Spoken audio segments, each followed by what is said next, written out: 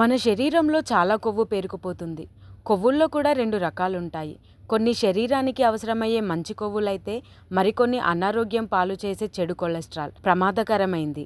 శరీరంలో ఎక్కువ చెడు కొవ్వు పేరుకుపోతే అనారోగ్యమని చెబుతున్నారు నిపుణులు. అయితే కొన్ని ఆహార పదార్థాలు తినటం, అందులో చాలా వరకు మన ఆరోగ్యానికి మంచి చేసేవే ఉంటాయి. మరి ఇంకా మన శరీరంలో చెడు కొవ్వు ఎలా పేరుకుపోతుంది అని చాలా అనుమానాలే ఉంటాయి. అయితే చెడు కొవ్వు పెరగడానికి చాలా కారణాలున్నాయి. అవేంటో మీకు తెలుసా?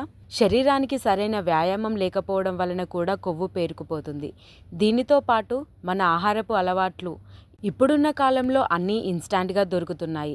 సమయం కూడా లేకపోవడం మూలాన జంక్ ఫుడ్లకి అలవాటైపోతున్నాం. అలాంటి అలవాట్ల మూలాన కూడా శరీరంలో కొవ్వు పేరుకుపోతుంది.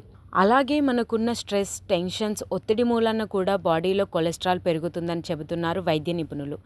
ఇంకా మనం ఆరోగ్య సమస్యల కోసం వేసుకునే మందుల మూలాన కూడా బాడీలో కొలెస్ట్రాల్ పెరుగుతుందట.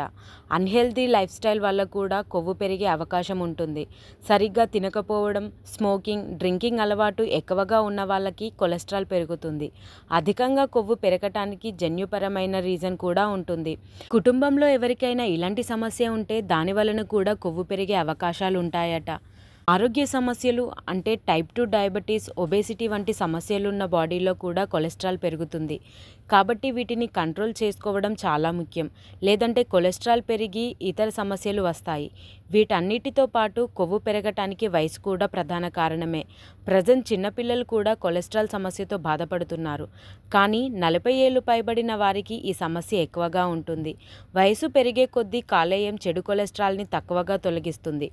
దీనితో బాడీలో కొలెస్ట్రాల్ పెరుగుతుంది. ఇలాంటి కారణాల మూలాన కొవ్వు ఎక్కువగా పెరుగుతుంది. అందుకని తగినన్ని జాగ్రత్తలు తీసుకొని రోజులో కొంచెం సమయం శరీరానికి అవసరమయ్యే వ్యాయామం చేసి, మంచి ఆహారం, ప్రశాంతమైన జీవన విధానం గడిపితే ఇలాంటి సమస్యలు దరిచేరవు. అలాగే సమస్యలున్నా తగ్గించుకోవచ్చని చెబుతున్నారు నిపుణులు.